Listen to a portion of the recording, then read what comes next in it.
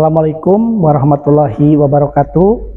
Yang terhormat para dosen penguji kinerja PPG, izin perkenalkan diri, nama saya Trinanda Riyadi, mahasiswa PPG dalam jabatan Kementerian Agama batch 2 tahun 2025 di LPTK UIN Sunan Kalijaga, Yogyakarta, dengan nomor induk mahasiswa 254041111129. Saya adalah seorang guru PAI di SMK Kesehatan Bakti Asyukur Kabupaten Bandung Barat. Saya akan melaksanakan praktek pembelajaran untuk uji kinerja di kelas 10 dengan materi meneladani peran ulama penyebar ajaran Islam di Indonesia. Oleh karena itu, mohon saran dan masukannya untuk perbaikan proses pembelajaran di kemudian hari. Wassalamualaikum warahmatullahi wabarakatuh. Ya, assalamualaikum warahmatullahi wabarakatuh. Waalaikumsalam warahmatullahi wabarakatuh. Bentar ya. Ya, selamat pagi. Apa kabar hari ini? Alhamdulillah, luar biasa, tetap semangat Allah. Ya, alhamdulillah, amin. Wa bina sayyidina wa bidina wa din wa ala alihi wa sahbihi ajmain. Alhamdulillah kita bisa bertemu kembali di agenda Mapel PAI ya. Di semester pertama ini kita akan membahas tentang bab 5 ya. Apa itu bab 5? Nah, sebelumnya seperti biasa ya, sebelum melaksanakan kegiatan pembelajaran, silakan berdoa dipimpin oleh ketua kelasnya. Sebelum pelajaran, baiknya kita berdoa dimulai. A'udzu billahi minasy syaithanir rajim. Bismillahirrahmanirrahim. Allahumma arinal haqqa haqqan warzuqna ittiba'ah wa arinal batila batilan warzuqna ijtinabah.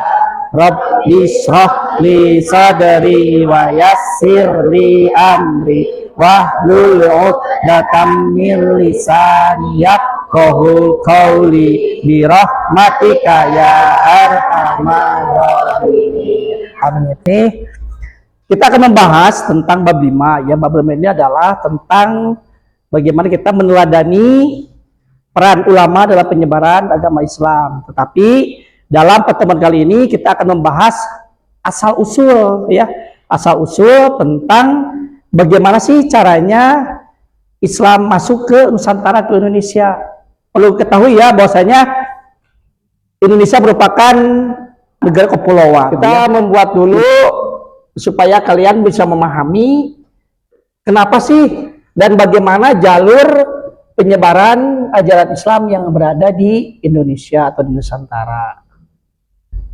Kita akan buat pulau dulu ya, Pulau Sumatera, Jawa, Kalimantan, Sulawesi. Maka itu Bapak akan membuat kelompok supaya apa? Supaya lebih efektif dan efisien juga kalau difokus ya. Bapak akan membuat kelompok ya dengan seperti biasa berhitung 1 sampai 4. Mulai. 1, 2, 3. Ya, sebelum ke pembelajaran seperti biasa ya, kita tadarus dulu ya, disesuaikan dengan bab yang akan kita bahas. Silakan kalian dibuka halaman bab 5. Di situ akan dilihat ya nanti tentang surat apa? Al-Imran ayat sampai 20. Silakan kita berbareng ya, kita berbarengan membacakan surat Al-Imran. Silakan pimpin. Yo pimpin sama siapa? Sama Allah sama Allah.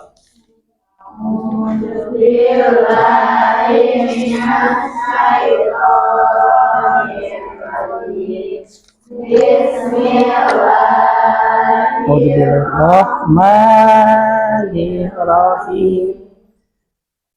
Allazina yaquluna rabbana inna amanna faghfir lana dzunubana wa qina adzabannar.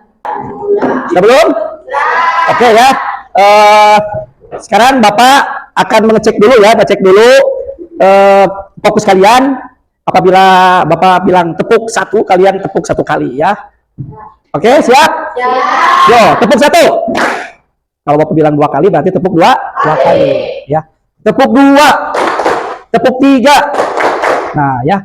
Kalau bilang satu, tepuk dua. Kalau dua, tepuk dua kali. Kalau tiga kali. Nah, kalau tepuk empat, berarti terus-terusan nih sampai Bapak menghentikan. Kita coba ya. Tepuk satu, tepuk dua, tepuk tiga, tepuk empat. Ya, terima kasih ya. Oke, kita akan membahas tentang beberapa materi ya. Ini Bapak sudah menyiapkan amplop, silakan ke depan. Silakan. Mana ketua kelompoknya? Silakan pilih. Mana? Silakan. Ya. Jangan dibuka, silakan kembali. Silakan dibuka ya, dibuka, jangan disebutkan. Buka dulu. Waktu dulu, ya lihat. Ya. Kelompok satu apa? Kelompok dua, kelompok tiga, kelompok empat. Oke, ya kelompok lima lah dari Cina ya. Nah, ada tiga sub yang harus kalian pahami dalam pembuatan diskusi kalian nanti akan dipresentasikan. Yang pertama itu adalah sejarah. Bagaimana sejarahnya? Jadi ketika Islam masuk ke Indonesia, ada yang menyebutkan ini dari Gujarat, ada yang menyebutkan ini dari Persia, ini dari Cina, ini ada buktinya, gitu kan? Ini dari mana? Dari Mekah, ini ada buktinya. Nah, jadi nanti kalian gali semua sejarah. Yang kedua adalah perkembangan. Perkembangannya seperti apa? Nah ini ya, jadi kalian harus tahu dulu di perkembangannya seperti apa. Terus yang ketiga adalah setelah berkembang terus-terusan ya dengan rentan waktu, maka sekarang adanya bukti bahwasannya itu ada. Oh ini memang ada teori Persia itu ada karena ini buktinya ini ya. Silakan ambil dulu buku paketnya sebagai sumber ya, sebagai sumber.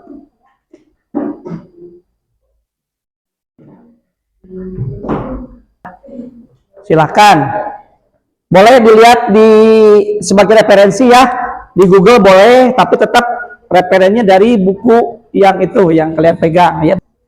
Ada pertanyaan dulu? Ada pertanyaan dulu? Si kalian agak bingung bagaimana? Pokoknya silakan kalian explore ya, explore nanti. Jadi bukan hanya tulisan saja, tapi dengan gambar-gambar yang menarik, ya gambar-gambar yang menarik, gitu kan. Fontnya juga mau direka-reka juga boleh, ya dimodif juga boleh. Yang pastinya mah tidak keluar dari konteks yang tadi, yang sejarahnya seperti apa, ya bagaimana, perkembangannya itu seperti apa, dan buktinya apa. Oh ternyata di sini itu ada buktinya di sini mah infrastrukturnya ada bangunan apa gitu, ada petilasan apa tuh nanti ya. Yo ke depan, silakan yang lainnya mau diperhatikan ya. Nah, sudah beres, silakan seperti biasa memperkenalkan dulu siapa, di kelompok apa, dan akan mendiskusikan apa. Silakan.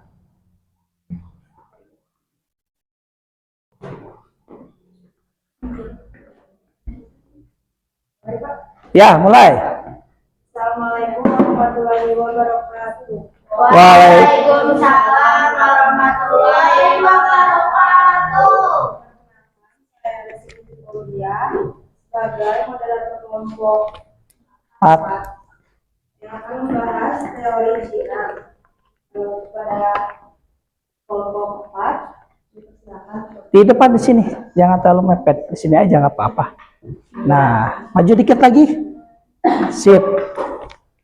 Perkenalkan dari kelompok 4 di sini kami akan membawakan teori Cina. Masuknya Islam ke Indonesia melalui teori Cina. Sejarah teori Cina dikemukakan oleh Selamat Mulyana dan Sumanto Al-Kutub yang menyatakan bahwa Islam masuk ke Indonesia melalui perantauan Tiongkok yang datang ke Nusantara pada abad ke-9, membawa ajaran Islam ke wilayah seperti Jawa dan Nusantara. Teori ini diperkuat oleh jejak arsitektur masjid bergaya Tiongkok dan keberadaan keturunan Tionghoa di kalangan elit Kesultanan Demak, seperti Raden Patah.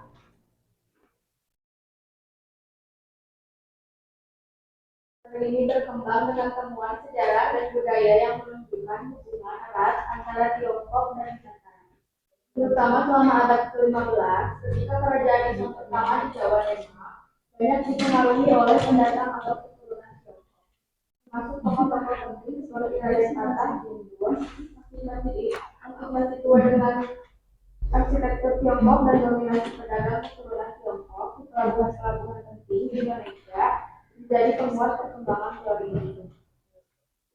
Mungkin buktinya banyaknya tokoh penting kerajaan Islam di Jawa yang keturunan Cina.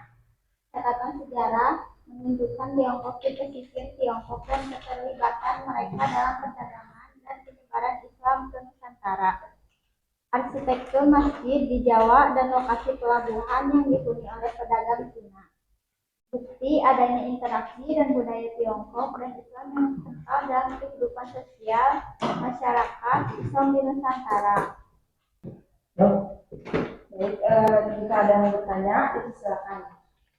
Perkenalkan, nama saya Aulia Fitriani dari kelompok 3. Mohon berikan satu contoh nama pahlawan yang berasal dari Cina. Izin menjawab pertanyaan Aulia dari kelompok 3. Nama tokoh kerajaan Tionghoa yang berada di di Indonesia adalah Zhong Afie, Kapitan Tionghoa di Medan atau Kapiten Tanjingsing di Yogyakarta. Teori ini didukung oleh buktinya adanya perkampungan Arab di pesisir Sumatera pada abad ke-7 Masehi, kesamaan mazhab Syafi'i di Indonesia dan Makkah, serta penggunaan gelar Al-Malik oleh raja-raja Samudra Pasai yang juga digunakan di Arab. Ya, sama-sama. Selanjutnya, kelompok Assalamualaikum warahmatullahi wabarakatuh. Waalaikumsalam warahmatullahi wabarakatuh. Akan mengisahkan teori Persia. Silakan untuk disimak baik-baik. Perkenalkan, kami dari kelompok 3, saya Aulia Fitriani dan rekan saya. Kami di sini akan mempresentasikan tentang masuknya Islam ke Indonesia menurut teori Persia. Sejarahnya, Islam masuk antara abad ke-7 hingga ke-13 Masehi melalui pedagang dan ulama Persia yang bermadzhab Syiah. Teori ini dipandang lemah karena tidak semua pengguna sistem baca tersebut di Persia sebagai penganut Syiah. Pada saat itu, Baghdad sebagai ibu kota Khalifahan Bani Abbasiyah yang mayoritas khalifahnya merupakan penganut Ahlussunnah wal Jamaah. Ada perkembangan Islam Syiah dan budaya Persia yang diserap ke bahasa Melayu. Indonesia seperti Syah Bandar mengaruhi sistem keagamaan dan suci kaligrafi awal Nusantara. Tradisi keagamaan seperti peringatan Asyura dan Kabut jadi bagian budaya lokal. Salah satu buktinya adalah seni kaligrafi yang terpahat pada batu-batu nisan yang bercorak Islam di Nusantara dan adanya tradisi Asyura dan Tabut di Indonesia. Yang mau bertanya, izin bertanya. Perkenalkan, saya Sita dari kelompok 1. Izin bertanya. Sebutkan tokoh penting dengan teori Persia.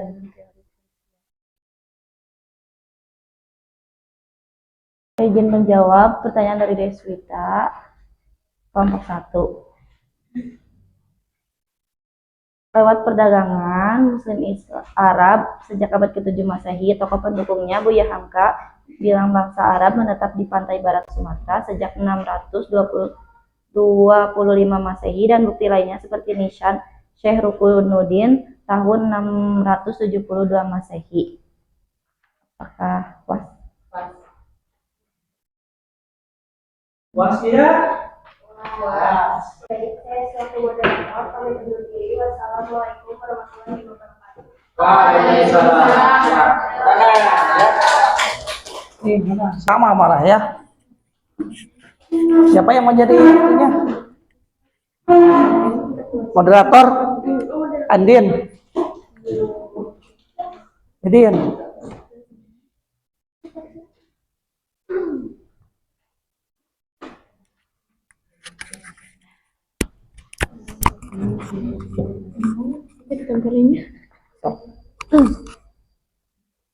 Assalamualaikum warahmatullahi wabarakatuh. Waalaikumsalam warahmatullahi wabarakatuh.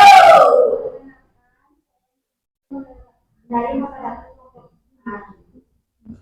kelompok 1. kelompok 1. Kelompok 1 akan mempresentasikan teori sejarah. Pada kelompok 1 dipersilakan. Sejarah teori Gujarat. Teori Gujarat adalah teori yang menjelaskan bahwa Islam masuk ke Indonesia melalui para pedagang Muslim dari Gujarat. Islam masuk abad ke-8 dan Gujarat jadi pusat penyebaran Islam. Abad ke-15 berdirinya Kesultanan Gujarat yang kuat. Masa kolonial dikuasai oleh Portugis, Mughal, dan Inggris. Sekarang Gujarat adalah salah satu negara bagian maju di India sebagai pusat industri dan ekonomi. Bukti Gujarat. Perdagangan tekstil Gujarat dikenal sebagai penghasil tekstil berkualitas tinggi ditemukan di Asia Tenggara. Batu nisan Sultan Malik Al-Saleh 1297 Masehi ditemukan di Samudra Pasai.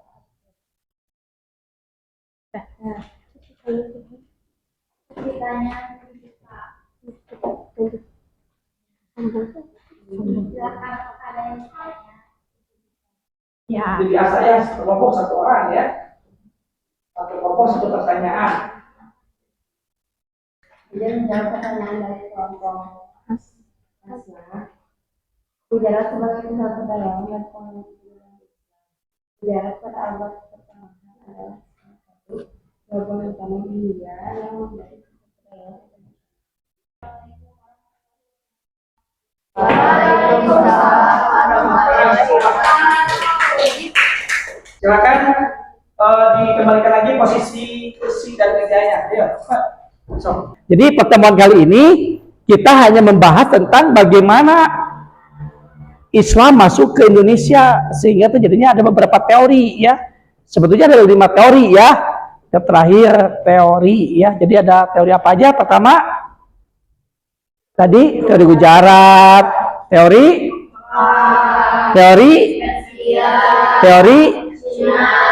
Cina ya betul ya. Nah di sini berarti kita lihat di sini di lingkungan kalian ada enggak perbedaan-perbedaannya? Sekarang Pak di sini mah bangunannya gini, Pak di sini mah tadi itu kan ya ada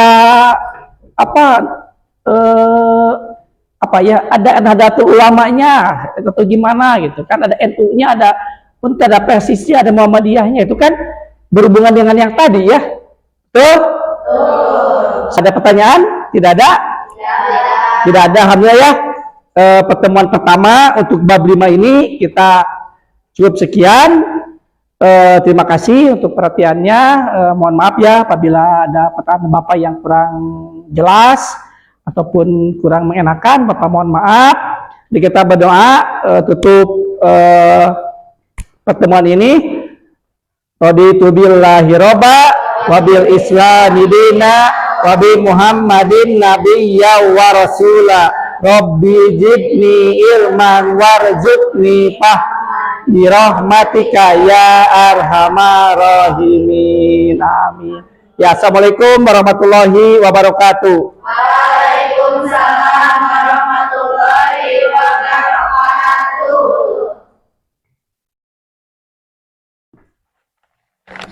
Sampai ketemu lagi ya. Tetap sehat. Ya.